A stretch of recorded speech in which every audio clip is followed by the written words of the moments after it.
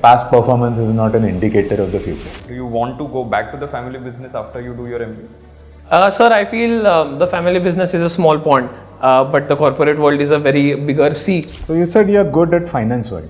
So can you demonstrate how? Kind of criticizing the education system or whatever your college follows. What I have experienced is what I'm sharing. So do you consider yourself to be a generalist or a specialist? You have to be equally good in all places. Overall, you were in control. There are a couple of things that you'll have to work on, which is especially establishing that link between where you are at this point of time, where you want to go.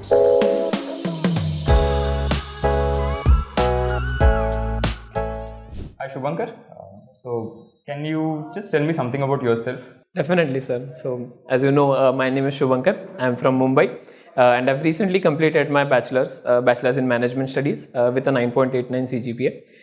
Managing being the chief coordinator of the fest, which is like the student body head of the college festival.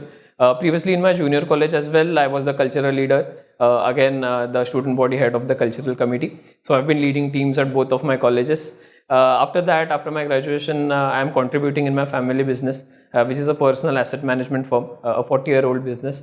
And I am also a certified mutual fund distributor. I have done an NISM certification required for the same. Also, I am a part-time treks and tour leader with Trekkers United, which is like I just love being outdoors, meeting new people, being at new places, and if I'm getting paid for it, then what's better? So that is all about myself. Okay, interesting. So you said treks. So how did you get interested in this in the first place? Yeah, so it led by my father telling me to overcome my fears. I was very scared of my heights. Like I stay at the 5th floor, and even when I looked down, I was scared. So my father was like, I had the same fear and you should get rid of it as soon as possible. So after my 9th standard, I went on a trek with that purpose. I absolutely loved it. I loved being outdoors. And after that, everything is history. Okay, so what exactly do you do as part of you? I can see you are trek leader. Correct, sir. So what is exactly the role of a trek leader? Sir, it starts from getting the group together at the railway station. Probably managing them, solving all their queries is the main part. Anything that emergencies arise, I have to manage that. And apart from that, some unofficial stuff like you have to take games, you have to ensure that it is a memorable trip for them, and overall ensuring that they have a very good experience. So anything and everything that happens on the trek or trip is my responsibility, including all the fun and all the activities. So I have to take that of the whole group. Okay, so it seems that you're pretty passionate about it. Definitely, sir. And there's a family business also, right? Correct. So have you ever thought of maybe choosing between one of these, or do you want to continue to do both? Sir, the trekking part is not my career at all. I feel that it is more like a passion. Everybody has some hobbies, what they do on the weekends. So for me, trekking would be that, not at all as a career. I just feel that I'm better in the finance world. Okay. And you're currently also working in the family business? Yes, sir. Okay. And do you want to go back to the family business after you do your MBA? I think I'm open to options. I will like to explore the corporate world for sure. And later, after 4 or 5 years in the corporate world, I might take a decision. Okay. What will help you to take that decision? Because I can see that you already worked in the family business, so you know how it works. Correct. And I'm assuming that it has been there for a very long time. Correct, sir. So what will really change in those 5 years and 2 years of MBA that will help you to make a decision? Correct. Sir, I feel the family business is a small pond, but the corporate world is a very bigger sea. So I think I will be open to many opportunities. I will be exposed to many new experiences. I will be managing bigger portfolios. And if I feel that that is working out for me, I'm more comfortable in that, then I think I will go with the corporate world, because again, this is a smaller field, a very niche field, and in a small town in Dombivli. So I think there is a lot to expand. So I think that will help me if I'm having better responsibilities at the job or position, then nothing better than that. Okay. And I can see that you have done some internship as well, wherein you were marketing and sales intern. Correct. So how does that fit into this whole finance thing that you are in right now? Sir, actually that was in the pandemic time. I was at my home. It is a distance sort of internship. So I was in my home and I was like, I should try new things, get my hands on marketing, get my hands on HR as well. I did the HR internship for 1 month at the same firm. So I was like, why not try these new things? I'm anyways at my home. I have spare time on my hand. And I feel in these formative years, it is better to try new things as much as you can. So that's it, not a deeper thought than that. So do you consider yourself to be a generalist or a specialist, or what would you like to be? Yes, sir. I understand the importance of being a specialist in one field, but I feel in the general management field, it is quite many a time said that it is not needed for us to be expert of one. You have to be equally good in all places, so you can be a good manager, is what I feel. Like you should know a little bit about all the departments, just to give you a metaphor or example. So I feel that being a generalist is not that bad after all. Okay, all right. Girish? So you said you're good at finance world. So can you demonstrate how? Definitely, sir. I think for that, I will consider you as my client. You are coming to my office probably for some investment for yourself. I would start with asking you basic things like what is your age, how many dependables, like do you have any dependables, are you married and all, what are your financial goals, what is the timeline you are looking at. If I have these answers from you, it will be great. And then I can suggest you a few things, that is why. Okay, so what all things you mentioned is getting to know the client, Correct. basically. Correct. Right? So does it fit into finance or does it fit into marketing? Sir, if I get these answers from you, I will give you my financial advice. So if you could just let me know these things about you. Okay, so suppose I am 35 years old, Yeah. married. Correct. Okay, and I am looking for say 15 years investment horizon. Correct. So what portfolio should I have? Correct. So, sir, 15 years is a very good timeline, and I feel for these goals, you should go on a very aggressive equity-oriented funds. We have very good funds, equity-oriented, which are like small cap and mid cap. Mid cap and large fund, large cap is doing good right now. HDFC mid and large cap fund, they're doing pretty good. 89% in equity and distributed equally in large cap and mid cap. And along the 15-year timeline, definitely we are going to see growth in this sector. So that will be one part of it. For your smaller goals, I would say that something in FD, fixed deposits, would also be a good balance, so that you are not putting all your eggs in one basket. And a little bit in some other commodities like probably gold. So, see, whenever they advertise mutual fund, there is one sentence written. Correct. That past performance is not an indicator of the future. Definitely. So on what basis do you say that in next 15 years it is going to perform well? Correct. Sir, when we invest in mutual funds, especially these funds, the fund managers are doing their best job and they are investing in market leaders. Probably in the next 2-3 years, obviously nothing is guaranteed, but in the next 2-3 years, there might be some smaller problems, probably some election effect, probably some war effect, probably something in the management that is happening, and that is the reason why the stock might fall. But in the 15-year horizon, India is going to grow, companies are going to grow, and the mutual funds are also going to grow as a result. So 15 years is a safe horizon to remove all these smaller reasons of failure. And in a long term, like a 15-year horizon, companies are going to do good overall. Oh, so what is happening in share market these days? Correct. Sir, share market is currently at an all-time high, I would say. Not an all-time high, closer to an all-time high. Because share market moves ahead of time. People always project things, people are always hopeful about things, and currently with the political stability and everything, we are seeing a good future for India and its companies. So share market is predicting a good future, and that is why the prices are higher. It is currently at an expensive rate, as we can say. So do you follow fundamental analysis or technical analysis? Totally fundamental, sir. Completely fundamental analysis. Yes, sir. Okay, so how would you do the valuation of a company? Sir, valuation will depend on tangible and intangible both factors. Tangible for the sake is book value primarily. What are the company's holdings? How much liabilities does it have depending on which sector? And if intangible, there is the manager, like who is who is managing the company, the directors, the promoters, the background, probably what is the marketing, what is the market like, what are the competitors, what is the competition landscape. These are the things that I will have to consider when I'm valuing the company from a more intangible side. Probably there is goodwill, there is the market value that the companies have, and this is all that I will consider for a market valuation. Okay, so suppose I want to invest for next 1 year. Okay, so which sector I should focus on? Sir, 1 year is a pretty low, like a shorter type of, and there will be higher risk involved. Firstly, my advice per se would be to invest in more fixed equities, fixed income commodities, like for example FDs. will be better for a 1-year goal. Or else if you want to still invest in equity, then I would say all the large cap companies, probably Reliance, HDFC. So we can go for a large cap fund if you have to invest in equity, or else I would say PSU and banking funds are going to do good, which are the debt funds. So 1-year horizon, we really do not suggest any equity schemes, because as I said, we don't know whether in the next 1 year what the situation is going to be like. There can be some small issue which might affect in 1 year, but in a long term 5-year plus goal, those smaller problems will not have any effect. Okay. In your introduction, you spoke about being a cultural fest leader. So a lot of students do it. Is there anything special about it?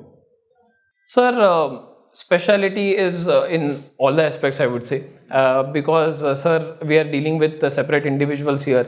We are dealing with a separate market here. The sponsors that I dealt with, the scale that I dealt with is different for everyone. Probably there are people who have dealt with much larger scale. Probably there are many people who have dealt with much lower scale as well. So the type of people I've interacted with, I've led, are unique. So we cannot compare. So what kind of events were a part of this particular festival? Sir, we had 30 plus events ranging from fine arts like drawing, sketching and all of that. There was the performing arts, dance, music, all of that. There were informal events like fashion shows, probably some games, which is like scavenger hunt and everything. Then there were some business related games like Start It Up, probably some startup based events and all of that. Combination of 30 events. Okay, and what was your role exactly? Sir, initially I started with admin department. First I was the associate, first I was the crew member, then the associate, then the head, which is like the overall administration. We have to bring in the participants from all of the colleges for the fest is what our work was. And after that I was the leader of all the departments. So I had to ensure that the departments are functioning smoothly, maintain some coordination between them, lead all the teams, and also represent the student body to the higher management of the college, principal, vice principal, all of that. Plus some bigger deals I had to crack myself. Probably the title sponsor, which was Sugar Cosmetics, co-title sponsor was SBI, was our banking partner, KTM was there. So all of these brands I was conducting myself the deals, and also some major vendors like the celebrities that we had, the major production which was like 5-6 lakhs of budget, so that I had to deal. So these major things I would take on myself. Okay, so consider that we are potential sponsors for your festival. All right.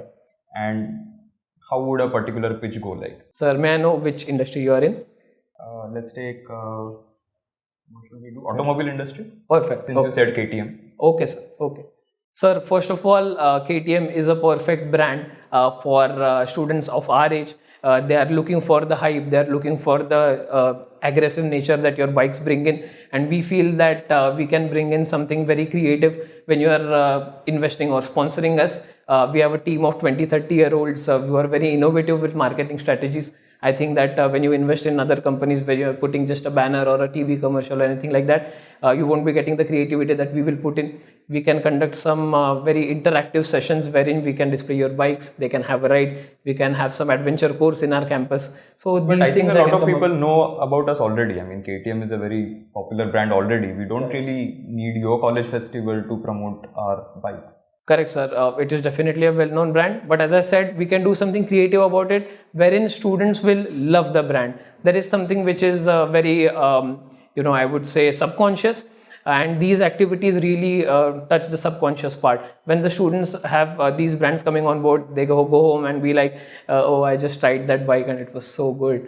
And when they look it for themselves in their college, so then it creates a different impact, is what we feel, and that is why that. You already, people know your brand, but they will get a hands-on experience. They will have your bikes at the college, and that will create a different hype altogether. Let's go back to the trekking thing that you mentioned in the beginning. So in Maharashtra, of course, there are a lot of forts. Yes, sir.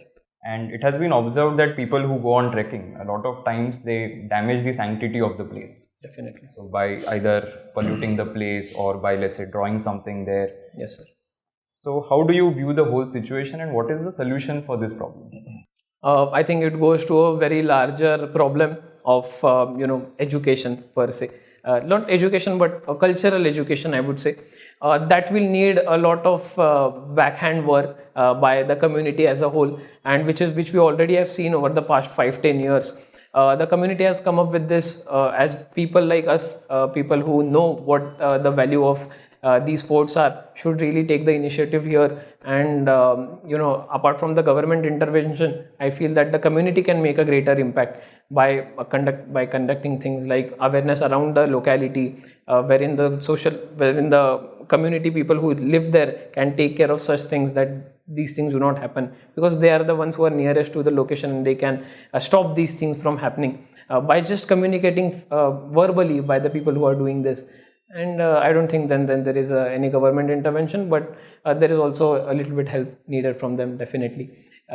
Whereas the laws are concerned, there can be stricter law implementation, because there are laws wherein you cannot harm any cultural monument. So the more stringent application of these laws is also necessary, just as a supporting move, but mainly community awareness is necessary. Okay, so considering your overall background, so where does MBA fit in? Correct. Sir, I feel that I have got these inborn skills of people communication, of leadership, which I have seen in myself in my college years. But I feel that I can get a professional touch to these skills and make these more useful in the corporate environment, in the business world. That is one part.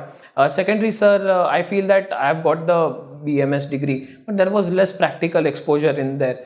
I think I will get more internships, good internships where I'm accountable. Plus, I feel I will be working on some cases. I will be working on people who are from the different fields of studies, and I think overall that will build my personality a lot than what I've already built my personality as. So there is much more to go ahead, and it is masters in business management. I've just done the bachelor's. So basically, you're looking for personality enhancement and communication. So why not join some Dale Carnegie Institute or some public speaking course? No, sir, it is just a part of it. I did not mention the obvious things, which are getting to know more technical aspects of a business, getting to know more financial aspects of the business. Those are definitely there. I just did not mention them. And also, sir, the thing which you can learn in a classroom in full of, it is career oriented finally. So there must be a professional touch to it, and that is. Just to interrupt, so you mentioned that you didn't get practical exposure during your graduation program. So you're kind of criticizing the education system or whatever your college follows. Sir, I wouldn't say criticize. It is just what I have experienced is what I'm sharing. It might not be the blame. I'm not blaming the system here, but I feel that yes, I have experienced that there was less practical exposure. We were just learning from books, but we did not get any practical exposure. At least this is what my experience is, and I feel that there will be much more practical experience in the MBA curriculum. You think? Correct, sir. Finally, I'm the candidate, sir. So okay, so now a lot of things that you will study in the first year is going to be repetition of what you have done in BMS. Correct. Because you will be studying the very basics of finance, marketing, HR operations and everything. So do you think really it will make a difference? So what will be your plan, let's say typically in the first semester or first year? Correct, sir. There is definitely my business going on in the background, and plus, sir, I think MBA classes, as I said, will have much, like in the first year itself, there are going to be internships. I think I will focus more on that, how I can get the best internship on the campus. I think I will have that edge, which you're saying that I already know things.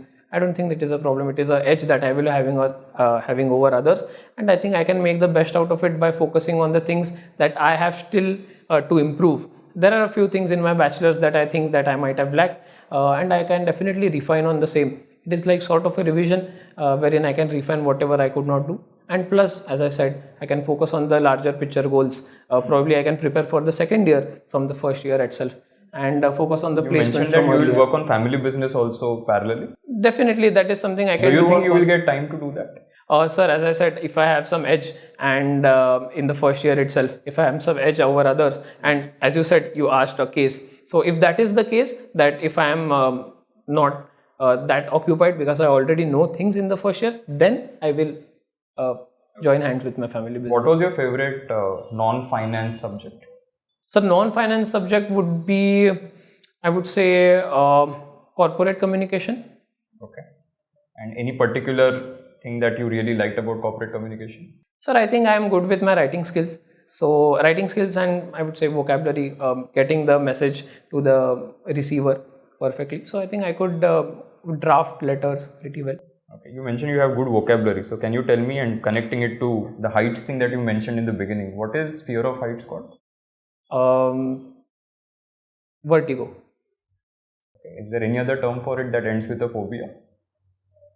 And is vertigo fear of heights in the first place? It is a result of fear of heights. People feel vertigo when they are at heights. Sir, I am not able to recall the term for that. Okay. Girish, anything do you want to ask? Maybe just last one question from my side. What is your favorite book? Sir, my favorite book would be Into Thin Air. It is a book on expedition to Everest. As I'm into mountaineering, I have read this book. So I had absolutely loved the story that was around, and it was more towards the learnings of the expedition that was done. So I loved that book, Into Thin Air. Okay. I think we can wrap up the discussion here. Thank you. Thank you so much, sir. Okay, so your interview is over. Now we'll give you the feedback. All right. So how do you think it went? Sir, I feel in just one or two questions, I was a bit off topic and I couldn't directly, counter the question that you asked. So, okay, so overall, you were in control, right? Mostly. Yeah. But one thing is about why MBA. Correct. See, that is where you will need to work on more. Because you are already working with your family business. And it is all about asset management, and you suggest different investment avenues to your clients and things like that. Correct. So can you connect it with your YMBA goal? In the sense that we suggest certain mutual funds depending on risk appetite and age and things like that of the client. But what exactly happens behind the scene? On what basis those mutual fund managers select those particular stocks? At the moment, what is happening is we just rely on some external reports. Definitely. And past performance, and somehow sort of take a view on what's likely to happen. Correct. Secondary information. So can I be in that place? Definitely. Now this is, so once you establish that you need to learn something and you're already at a particular place. You already have some background of that through your BMS course. Correct. Then you want to learn it in more detail. Yes. So if you can establish a link between what you want and where you currently are. Yes. And how MBA will help you. Correct. That will be very good. Understood. So you should be able to demonstrate that. Yes. Got it. Got it. And also, go through the syllabus of the MBA course. Yeah. And because you are from BMS background, you will definitely understand what is being discussed there. Yes, sir. You know? Yes, and also see the kind of companies that visit the campus, because it should not happen that you say that this is what you want to do. Yeah. And that is no companies visit the campus. Right? Yeah.